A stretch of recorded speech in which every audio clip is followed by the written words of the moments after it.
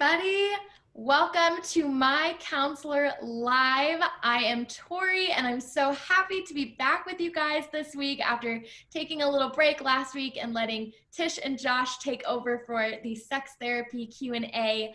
Super excited to be back. And of course, I am sitting here with founder of MyCounselor.Online and Christian counselor Josh Spurlock. So I'm super excited to get to answer your questions, and we'll get to just talk with you guys and interact with you. But Josh, how are you doing? Where are you right now? Oh, we missed you dearly last week, Tori. And then glad to have you back. Tish and I had a lot of fun last week, kind of talking through the sex therapy questions that have come in.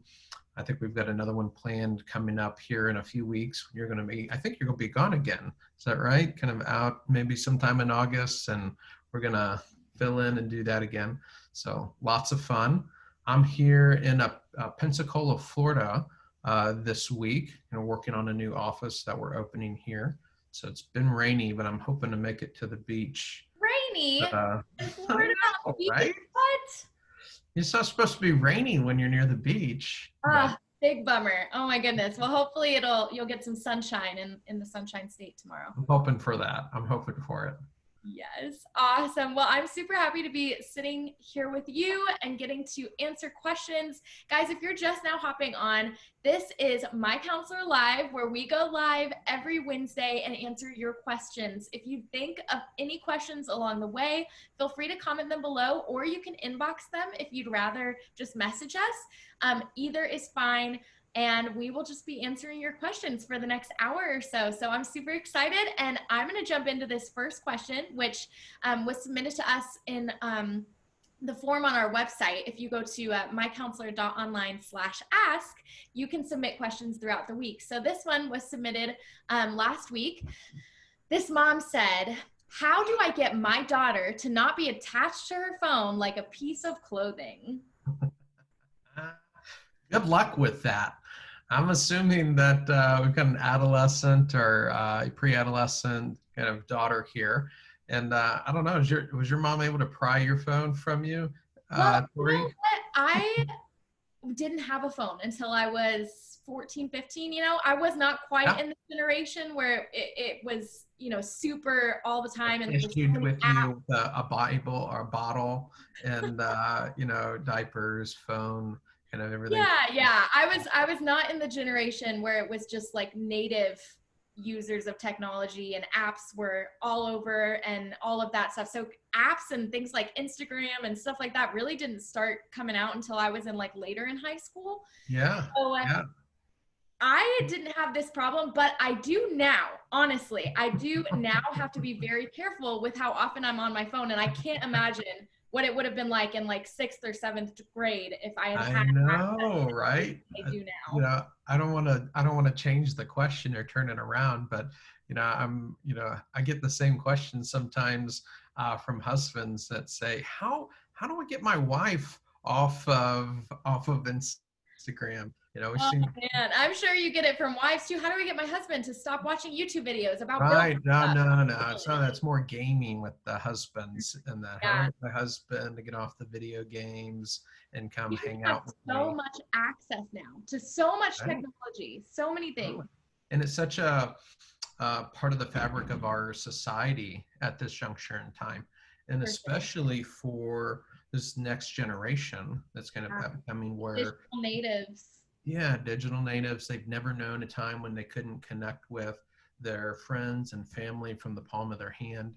That so much of the economy that they engage in is a digital realm. For better or for worse, the play yard or the empty sand lot where games were played and people would hang out is now in a digital realm where they're connecting via a video game platform. They're talking with each other, their interaction with each other, they're playing with each other, and they're doing it through avatars and through characters. And that's part of the community engagement. And it's also where the socializing is happening.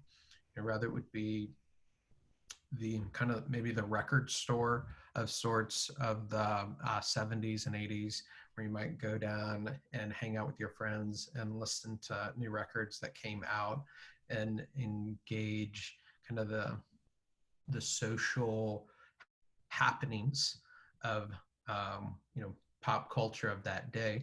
Now all that's happening in a digital realm, right? It's happening through social media applications. It's happening through kind of chatting with each other and group chats, and um, and so there's a certain element of it that we need to accept and understand as being different than the culture that we grew up in, and yet not inherently evil or wrong or bad.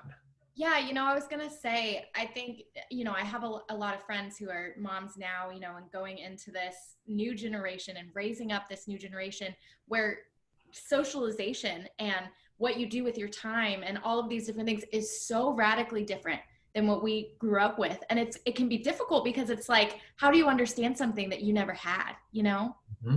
Totally.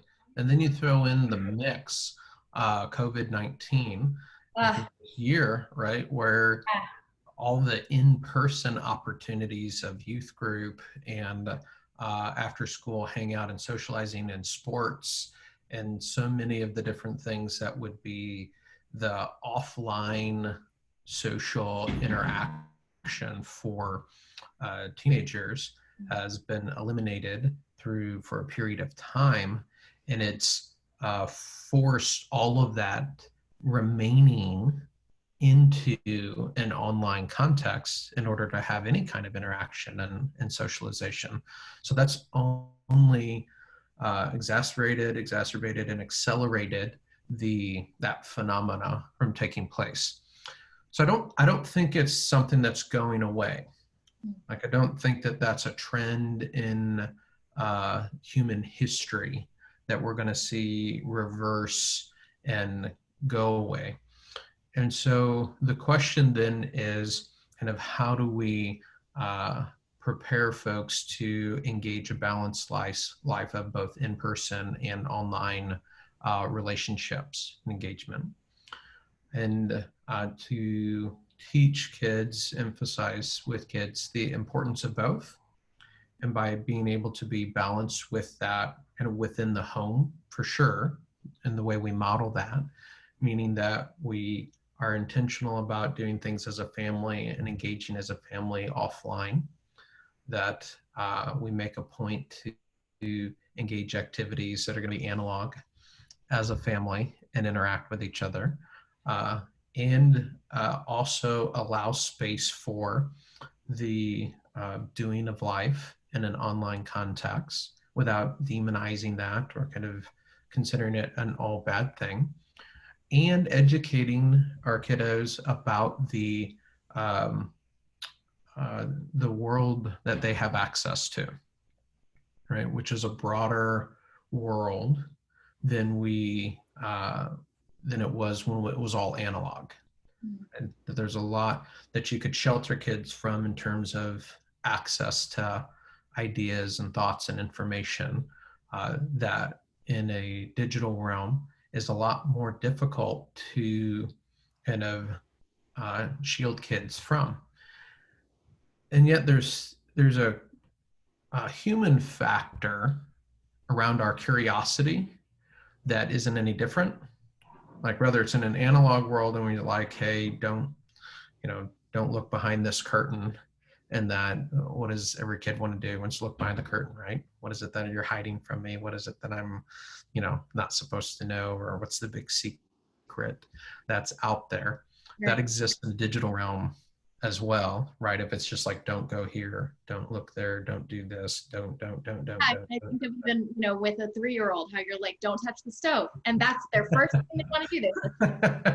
They're like, oh yeah, yeah. Exactly, yeah. Yeah. So a better strategy or approach, rather than just the don't kind of piece, is to talk about what's behind the curtain, right? Mm-hmm. And be like, okay, here's what this is. Here's why it's concerning. Here's where it's dangerous. Here's the effect that it can have on your life. Right. Talking to them, like the adults that they're going to be, talking to them, getting on that level of like, hey, I'm going to talk to you because you have access to this stuff and I'm not going to dumb it down for you. This is what it is. Totally. And that doesn't mean that you need to have like agreement from all your teenagers about the boundaries or structures that you put in place. Like they still may not agree with you that this is harmful or that's not good. And that's okay. You don't need them to sign off on the rules that you have or the boundaries that you have as an adult, but you do need to engage a dialogue around those things and show them the respect of hearing them out as to how they see it, and sharing with them honestly about the problem you have with it and why. And at the end of the day, kind of establishing the rules and the structures based on what your convictions are and what you believe the Lord would have you do in your home and in raising your kids. Yeah, I see the twofold of, the adult, the parent, learning, this is your society now. Tell me about it. Share your heart with me. Share why this is important to you. And then also, the kid learning, I have to respect the rules that my parents set. I got to get outside. I got to, you know what I mean? I think it's just this twofold where you're both learning together. The digital native is learning how to not be on their phone, and the parent is learning that this is, the life that you have now, and trying to understand that. Yeah, and in the world that those kids are going to grow up in as well, right? Like if you go back 20 plus years ago, right, and the internet was barely a thing, Yeah. right? And now, in the midst of COVID-19, there's a huge chunk of the economy and jobs, the majority of it, that's happening in an online context, Yeah. right? And that there's no sector of the economy that the online world, the internet, doesn't touch. And so there's an entirely different world and generation that's happening right now. And these kids that are, in high school at this juncture, junior high, high school, the world that they're engaging is going to be very much one that is internet first, analog second. And so they're learning through games and social media the tools of society that they're going to use until the Lord returns or for the rest of their life, because that's the way the world is going to be operating and is operating. Yeah, absolutely. I mean, it's an amazing tool that we have now. It's incredible. And the amount of progress, with technology that has been made in just the past 20 years. I mean, it's awesome. But of course, with it comes a whole new set of challenges that have never been seen before, that we've never Totally. experienced, that I didn't have growing up, that we're all having to learn together as we raise up this next generation of digital natives. Yeah, absolutely. Yeah, so it's to kind of hone in on the question a little bit. There's a need to not kind of demonize or stereotype that really natural tendency that your daughter has to engage what's first nature for her and for her entire generation. And like that's her just engaging what is first nature for her. And it's very different than the world that you grew up in. But that doesn't make it inherently evil and bad just because it's different. And so we don't want to fall into the same kind of trappings that every generation faces in terms of what you're comfortable with and what you grew up with and what seems like, is the thing because it's what is familiar to you and you're comfortable with. Then kind of looks on the next generation that's coming up and going, those kids and there's new things that they're doing, which I'm sure goes back to like Adam and Eve. I'm sure at every kind of generation has had those things that were changing. And it's picked up in speed, I think, is more rapidly evolved in the last 100 years than, Yeah. yeah, for sure. But try to be understanding of her and the world that she lives in and is growing up in. And be clear in communicating the fears that you have and the values that you have and the things that you want her to be balanced in. And maybe try to think about it in those terms instead of an either or, piece going, okay, this is valid. This is kind of the generation that you're growing up in. And I want to try to enter into that with you some and understand that better, what this means to you, why this is significant to you in the way that it is. And there's some things over here that I think need to balance that out in your life and that are important to me and to instill in you. And these may be more like eating broccoli for you than kind of eating candy or what you would maybe prefer to be eating. But as your parent who loves you and knows you and knows how life works, I know these things are going to be valuable for you to be engaged in and a part of as well. Yeah, that's awesome. Thank you so much, Josh, for that answer. Hopefully that gave you as a mom clarity. It's a different world that we're raising kids in now. So really great answer though. Thank you, Josh. Guys, if you are just now hopping on to our My Counselor Live this week, welcome. I'm so happy you're here. And if you think of any questions along the way here, go ahead and comment them or message them to us. We're going to be on for the next hour or so, just interacting with you, getting to engage and answer questions that you have for a licensed Christian counselor. So if you think of anything, go ahead and comment it and send us a message and we'll get it answered for you. So I'm going to hop into the next question. This person says that my fiance and I just got engaged and are talking about, Congratulations. yes, congratulations. We are talking about premarital counseling. What is premarital counseling and is it effective? Yeah, great question. Yeah, there's premarital counseling and dating counseling are a phenomenal way to set your relationship up for Would success. not agree more. Absolutely. And I love kind of a trend that I'm seeing in recent years where more and more couples are engaging dating counseling, right? And so they're going, you know what, we're starting to get serious about our relationship, and maybe we should look into sitting down with an older, wiser other who can help us identify things that are going to be challenges for us, things that maybe we can address now to make a determination of whether or not this is a good fit or something that we can should move forward with or not, and to do so at a stage in our relationship where we're not completely connected emotionally and don't have all of the family pressure and dynamics around life that engagement creates, right? Yeah, Because once you get so engaged, healthy, so humble to kind of stand oh, back and say, so wise, so I humble. can use this. This is important. Yes, yes. I just have a lot of respect for the couples that are engaging that. Because once you get engaged, there's a lot of pressure to move forward in the relationship, right? That you've announced it, sort of rescind that is embarrassing and raises lots of questions and can bring some scrutiny. A lot of times you start spending money and planning for a wedding and setting dates. And so there's money that you can't get back that's invested.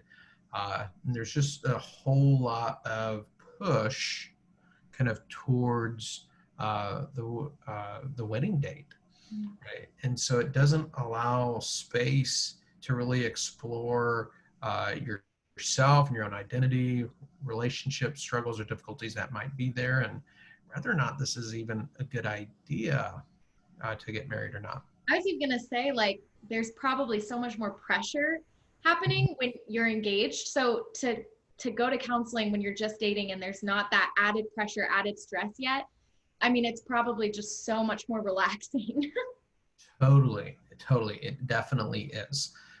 It still, bumps into our insecurities and our fears and different things, but it's so much less pressure, so much more relaxing, and you have space, right? We can kind of work on these things, and then feel really confident and good, deciding to move forward with engagement, and then a premarital counseling kind of process where we are really preparing for being a married couple, right? And kind of life together as a married couple.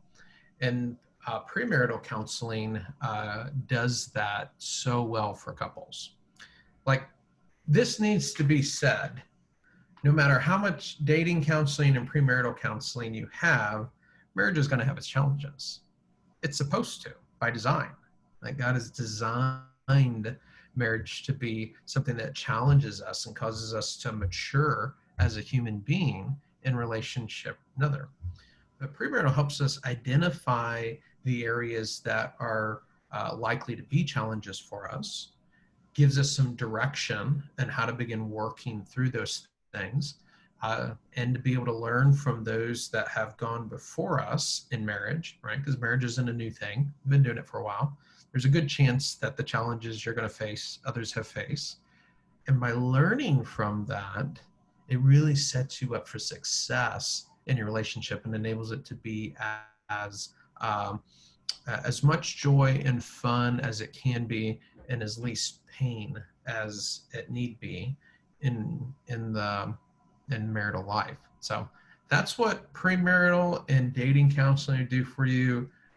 Absolutely love just the maturity and the wisdom and the humility that is present for folks to engage that.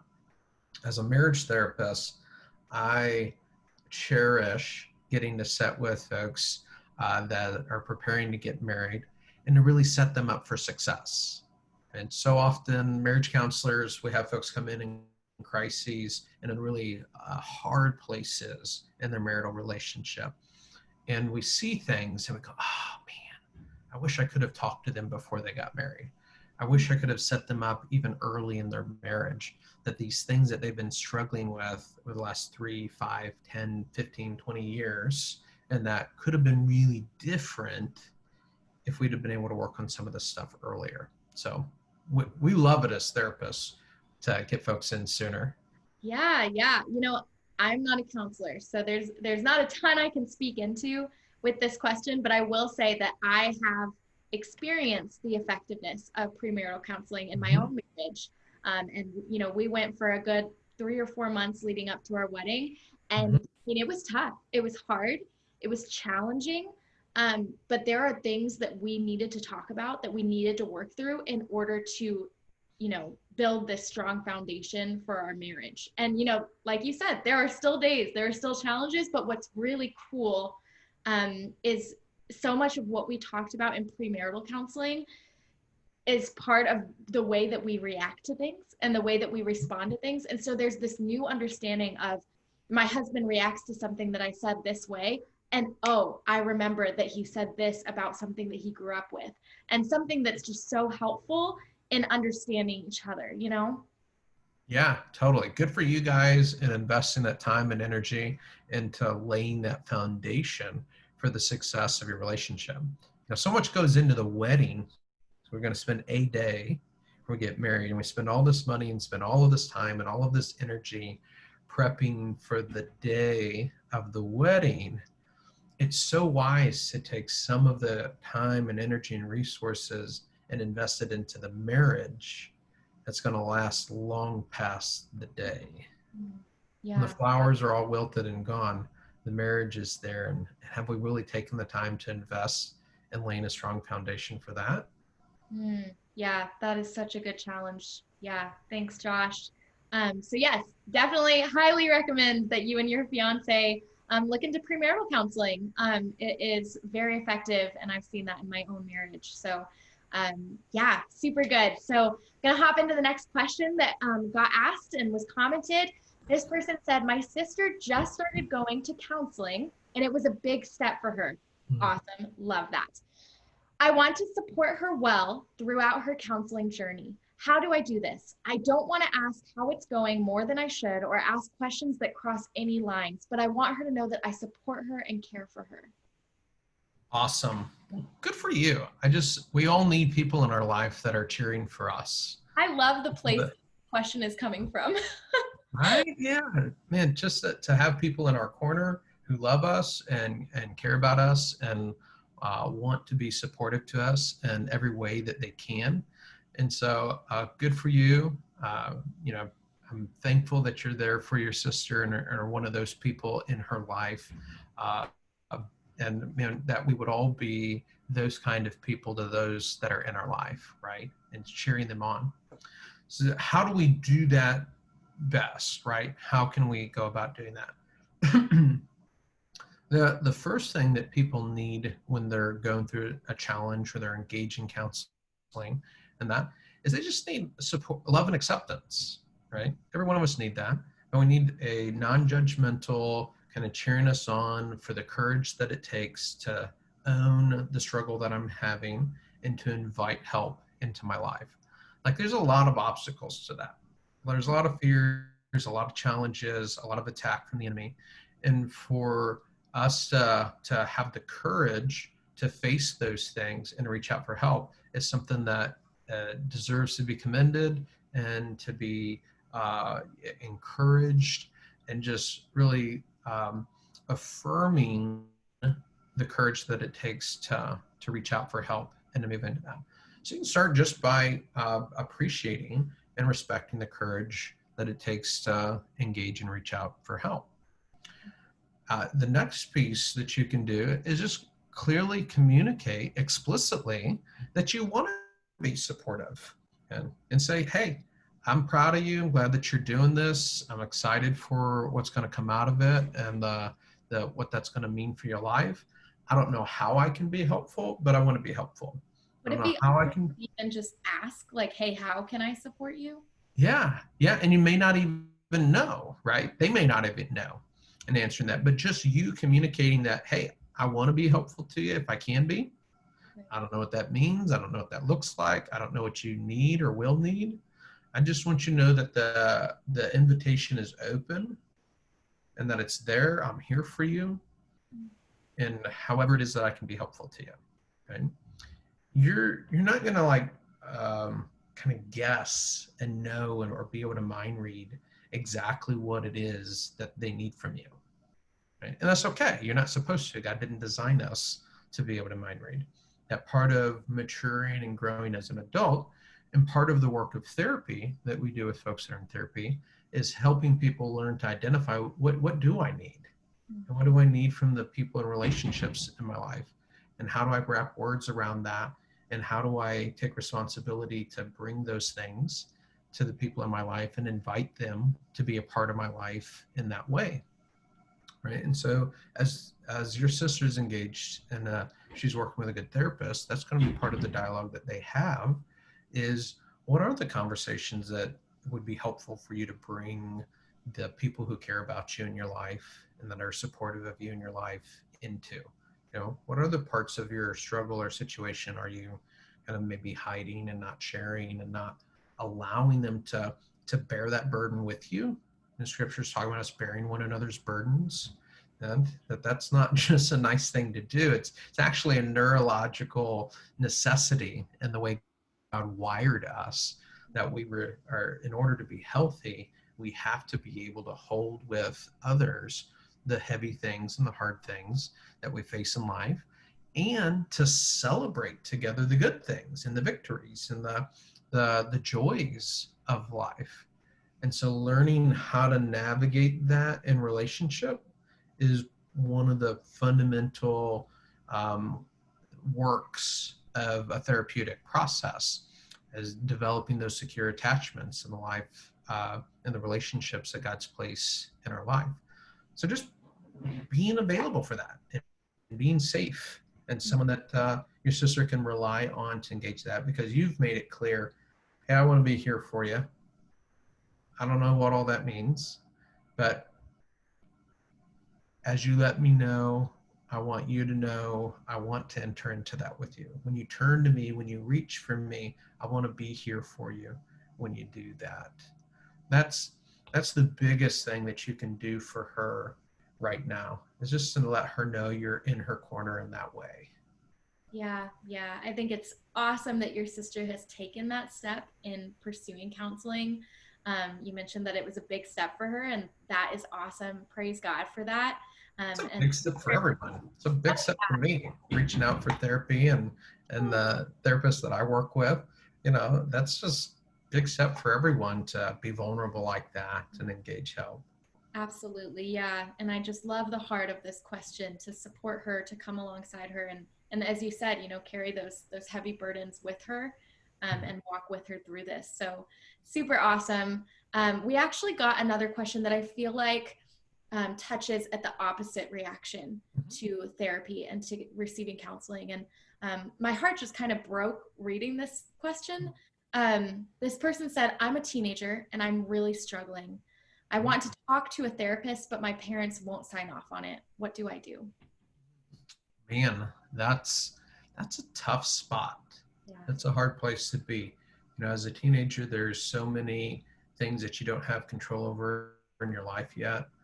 That you're not a child, but you're not an adult, and you're kind of in this in between space, and you're in some ways kind of surviving things that you can't change while trying to figure out how to kind of continue to access and lay hold of and allow into your life the good things that you intuitively know that you need in order to be able to be whole and to grow.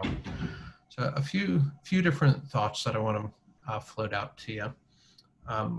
For first of all, if part of the struggle that you're dealing with is suicidal ideation or kind of depression to a place where you are not sure if you want to live or want to sustain life, that there are resources that you can reach out to and access independent of your parents. There are hotlines that you can call and access. There are some states that vary state by state, but there are some states that actually have as part of their laws that a teenager can reach out and access therapy independent of their parents. And so that's depending on the state that you're in, you could do some research and see whether or not that's something that you have the choice or option to access, independent of whether or not that's something that your parents are supportive of or not. There's also other resources that are potentially available in your life from school counselor in a standpoint that you could connect with, perhaps a youth pastor or mentor or leader, a coach of some sort that you can connect with and be able to have relationship with and kind of share and process some of what it is that you are experiencing or going through. To kind of reach out to the resources that God has put in your life that you can access. You may not be able to access certain kinds of help. You may not be able to access formal therapy, depending on where your parents are at and what state you're in, and some of the obstacles and barriers and even accessibility that may be there for you. But God has placed in your life people and resources that you can connect with, that He wants to use as a conduit of His grace into your life and into your situation. So I would be prayerful in that direction and just asking the Lord to help you have eyes to see kind of the resources and people that He's placed in your life, and to give you courage to kind of reach out and to take the risk of being vulnerable and sharing what you're struggling with or what you're going through with them, and allow them to be able to be a support to you and a resource to you. And perhaps in the process of allowing them to be a support to you and a resource to you, they may be able to help you have a dialogue and a conversation with your parents also that might just help them be able to see things a little bit differently. Sometimes parents in a dialogue with another adult can see things a little bit differently than they can just when they're back and forth with their child. And so maybe not, but maybe something like that could come out of that as well. Yeah. Josh, what specific suggestions would you give to this person, about talking with their parents? If they are struggling, I mean, that can be such a lonely space. So what, recommendations would you say to this teenager, about talking to their parents? How do you do that? How do you do it effectively, and feel heard? Yeah, that's a good question. I would encourage you to try to continue to engage the dialogue. And part of the key of that is going to be having it be a respectful dialogue with them, and trying to not just be heard, but try to hear and understand also. What is it that is the concern that mom and dad have around doing that? Is it a matter of resources? Are they concerned that they don't have access to that or can't afford that, or that it's not something that they have uh, as an option for them? In which case, that may be like, oh, okay, so maybe it's not that they're against me, get help. Maybe it's a fear or concern that they can't uh, access that, and which may give you some direction in terms of how to troubleshoot that with them and see if there's not options available that they're not aware of that could overcome that obstacle. Maybe it's something else that's kind of in the way for them, but try to get into their shoes as much as you're wanting them to get into your shoes, which is hard to do for all of us. But that doing so uh, increases the likelihood of us being able to have a dialogue that's fruitful. You know, that if we're just frustrated and hurt and angry and kind of want to shake our fists and be like, why aren't you letting me do this? And why not? And you don't care about me, and door slam and sort of thing, the communication gets cut off in a way that's really not helpful to us. One of the things that helps me when I'm trying to talk through things that are emotionally charged and kind of hard to talk through is I like to write out the conversation in my notepad beforehand. Like, you'll sit down and, to this day, if I have a tough conversation that I need to have with somebody important in my life, I'm going to sit down with a pen and my notepad. I'm going to write out my thoughts and my feelings uh, prior to having that conversation with them, because writing through it and thinking through it in order to put it down on paper helps me find my words, helps me clarify my thoughts, helps me identify what it is I'm feeling in a way that sets the conversation up for success, helps me be able to go to them and show up the best that I can and trying to have that conversation. And so it's a really practical thing that you can do. And if you happen to have someone in your life, like an adult that you trust and that's supportive of you, it can be helpful to talk that out loud with them also, because they can share some perspective that you're not going to have on your own that can set that conversation up for success. Awesome. Yeah, that's really, really good advice, Josh. Thank you for that. We just got another question that I am going to jump into. This person said, my husband and I want to start a family and are struggling to conceive. We've Hmm. started talking about adoption. We don't want to start the adoption process with bitterness or hurt from not being able to conceive. How do we know if adoption is the right step for us and if we're ready for it? Yeah, man, my heart just aches with you. And how painful that is and that journey is when you want to start a family and you feel like you're at that phase in your relationship and you engage it with joyful expectation and being able to celebrate that together and to celebrate that with your friends and your family, just like you have celebrated with them as they've conceived. And then for it to just not happen the way that you have seen it happen with others. It's just such a painful thing. And it feels so unfair. And it's like, why? Why is this happening to me? Why am I going through this? Why am I having this experience? Why is, as I'm praying and I'm asking for God's help around this, why is He not answering that prayer? And why is it not changing my situation? Just so many painful struggles that come with it. And then relational disconnect, right? That you want to celebrate with others as they're celebrating the joy of what's happening in their family, but just is so painful and reminding you of the pain that you're experiencing in your family, and can create this kind of disconnect and isolation from those in your life that you were close to. There's just a lot of different dynamics to it. can affect the relationship between you and your spouse. If you're going maybe not on the same page about what to do about the situation, it can affect your physical intimacy in the relationship as connecting sexually becomes more about making a baby than it does about being close and having fun together. And every time we're together and we don't conceive, it's a reminder of the pain that we're feeling. There's just a lot of moving pieces and a lot of pain that can be a part of it. So I just want to empathize with you in that struggle. So my heart goes out to you, and I hope that you're not navigating it alone.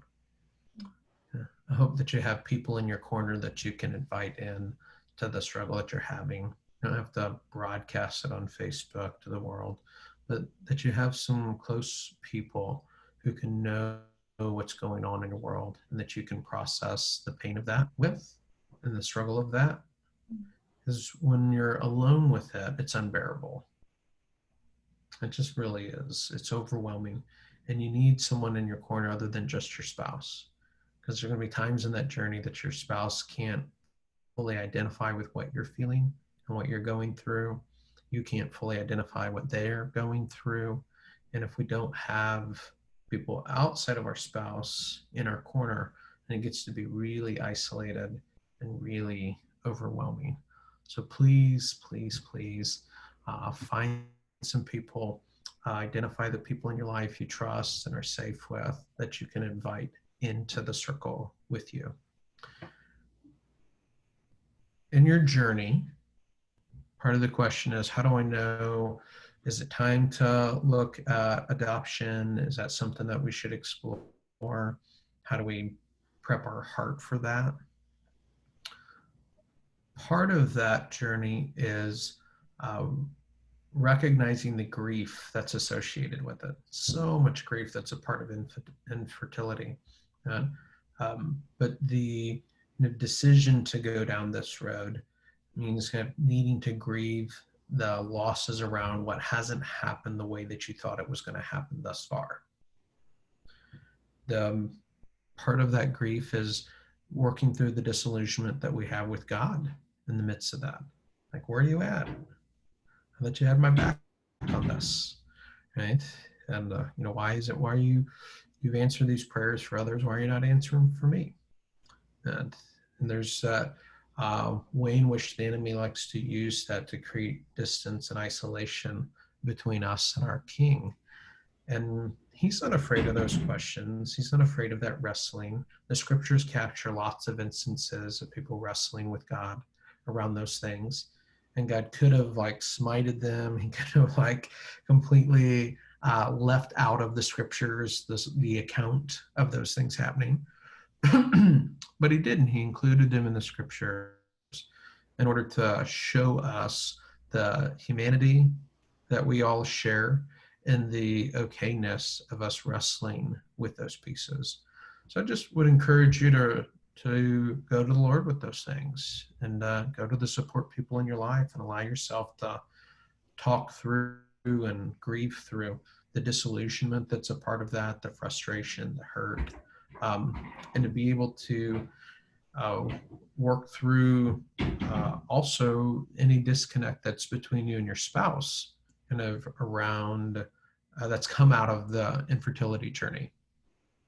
Because adoption is its own journey and it has its own struggles that are part of it. And that's not going to solve the disconnect between you and your spouse. And so if you don't address any disconnect that has come out of this struggle and this journey between you and your spouse, it's likely to get exacerbated and made worse in the adoption journey and process.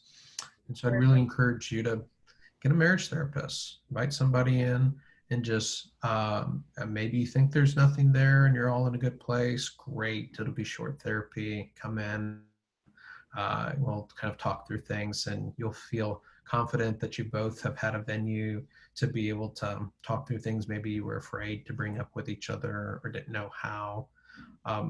Or maybe if there are things there, you'll have some real support and help from somebody that knows how to navigate through those waters and help you guys come together and be in a good place to move into that adoption journey taking place there.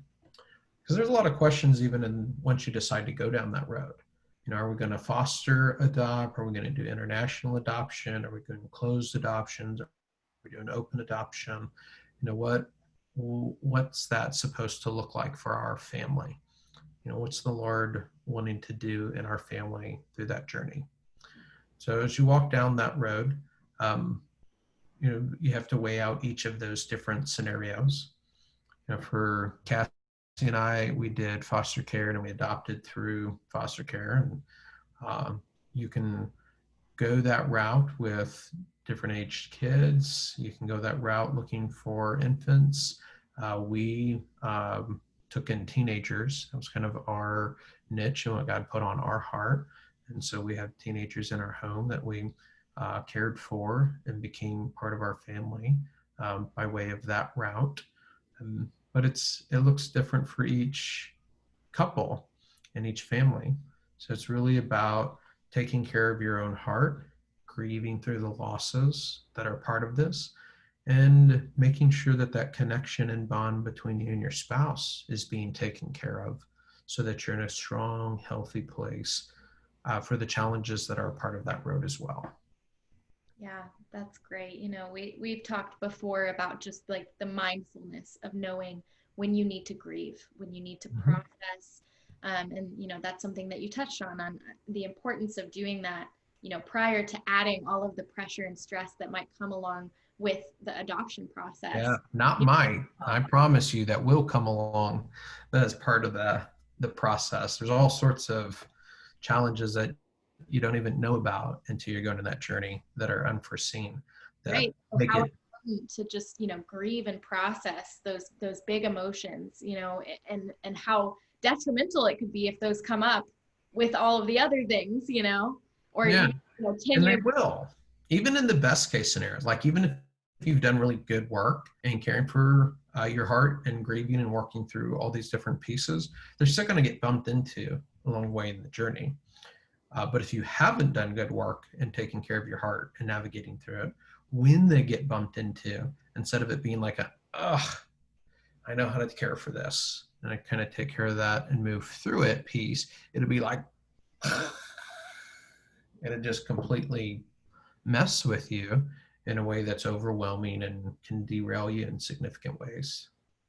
Absolutely. So good. Thank you so much for that insight, Josh.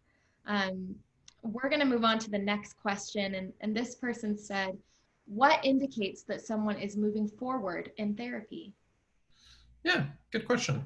It varies depending on what it is your goals are for therapy. People come to therapy for different reasons. And so, what moving forward looks like to you, what making advances in the goals that you have in therapy are going to look different from one person to another. And so, in good therapy, there's a alliance and there's a therapeutic agreement that's in place between you and your therapist, where you both know why it is we're here and what it is we're hoping to accomplish and what it is that we'd like to grow in and see be different through the time that we spend together. And so there's a real sense of these are the things that I want to make progress in, and am I making progress in those things? And what is it that is happening in therapy and outside of therapy that are helping me or going to help me make progress towards those goals? And so if if the question is coming from someone who's in therapy, and is asking that question, I'd encourage you to take that question back to the therapist that you're working with. Kind of go, can we have a conversation about where I'm at and where we're going and what we're working on? So that can be clear for you. And so that you can have an understanding of, okay, this is what I want to have be different. This is what I'm hoping to get out of our time together. And help me understand how what we're engaging here, how that fits with what it is that I'm hoping to get out of our time together, and just have that conversation with them. If you're not in therapy yet, you're kind of thinking about, okay, what does that look like, and trying to visualize and have some understanding about it. Uh, have some conversation with yourself about what is it that I would hope to get out of that. What is it that I would want for the therapist, this person, inviting them into my life to help me sort through and make progress in. So that then as you do engage therapy, you're able to go, hey, here's kind of what I'm hoping for. Here's what I'm getting hung up on. Here's what I'm struggling with, or here's where I'm wanting to make advances in, that maybe I'm in a good place. Maybe it's not a hurt or a hang up, but it's a want to improve performance. And I'm here, but I feel like if I had some perspective outside of myself, I could get here in my personal life, professional life, relationships, whatever the case may be. It equips you to then be able to have a good conversation and goal setting with the therapist that you're working for, and even make some determination about what kind of therapist you want to work with. Okay, because not all therapists are the same. Not all therapists specialize in the same kinds of presenting issues, difficulties. Different models and approaches are going to be more effective with different presenting issues or difficulties that someone's having. So having some clarity on some of those things for yourself really positions you better to get the most use out of and benefit out of therapy. Yeah, this question even made me think, there's so many different layers to the things that you process and discover in therapy. Mm-hmm. And so moving forward in one piece that you're processing, might be happening, whereas in another one, there's still so much that needs to be done, and sometimes it really is just like, we got to work on this, and then we're going to get to this, and then we're going to get to this. And, it can feel very slow, or like you're not moving forward. But in reality, you're just tearing down those walls that need to get torn down. Definitely. There's a cumulative effect to therapy, and like you're talking about, a segmenting of things. That, how do you eat an elephant? It's kind of one bite at a time. And sometimes when we come in, we're like, ugh, there's so many different moving pieces, so many different layers to this. I'm just overwhelmed and don't know where to start. And a good therapist is going to be able to ask the right questions to help you be able to identify the different pieces, and to do what we would call like triaging of sorts. Think like ER, right, in the hospital. If you are in a car accident or somebody's in an auto accident, and the ambulance kind of brings us in on a stretcher into the ER, they're going to assess all of the different, maybe multiple wounds that are present, right? There may be cuts from glass and scrapes, or maybe bruises from being banged up around the vehicle. You have a broken leg. You may have serious gashes, right? And there's an order to things in terms of what's most important to address first, right? You could start kind of setting a broken leg and trying to fix that. But if someone's bleeding out of an artery over here, they're going to be dead by the time you get the leg casted, right? And so you wouldn't want to cast the leg before addressing the life-threatening kind of issue. And therapy is like that sometimes. There's a lot of different moving pieces. We got to go, okay, what's the right thing to start with? Because I can't do everything at once. What's the right place for us to start? How do we have grace for the things that we're going to get to but aren't to yet in our life, and begin the journey towards the wholeness that we're looking for? Yeah, for sure. Wow. Yeah. Therapy in my own life has been just so effective and so helpful for me to process through things, to grieve through things. And, moving forward kind of looks different for everyone. I mean, I think that, everyone's situation is different. Every counselor is different. Yeah, I've had the same experience in my life in the therapy that I engage in, that, in working through at sometimes it's around hurts or wounds that have been a part of my story, and helping me find healing and wholeness. And at other times, it's been much more kind of forward looking and going, okay, I'm here, but I want to grow to here. Here's in this season of my life, the things that I'm maturing in and developing in, and having that space with somebody that's a gifted helper and kind of knows the right questions to ask and reflections to provide to help that draw me along that journey of what's happening in my life during this season. And so it's a really I have found it just to be a really valuable part of my own process and growth journey. For sure. Yeah, I love that. And I just appreciate your transparency always, Josh, just sharing your experiences, with so many different things. So, guys, that is all the questions that we have today. And I have just so enjoyed the past hour of getting to chat with you, Josh, and chat with everyone watching. Guys, whether or not you are tuning in live or watching the replay, we're happy you're here. And I hope that this provided some clarity for areas in your life. And Josh, we'll be back next week. Am I right? You're right. We'll see you next week. Yes, we will see you guys next week for My Counselor Live. It's every Wednesday, and we can't wait to talk more with you next Wednesday at 2 p.m. Central Time. So we'll see you then, and have a great week, everyone.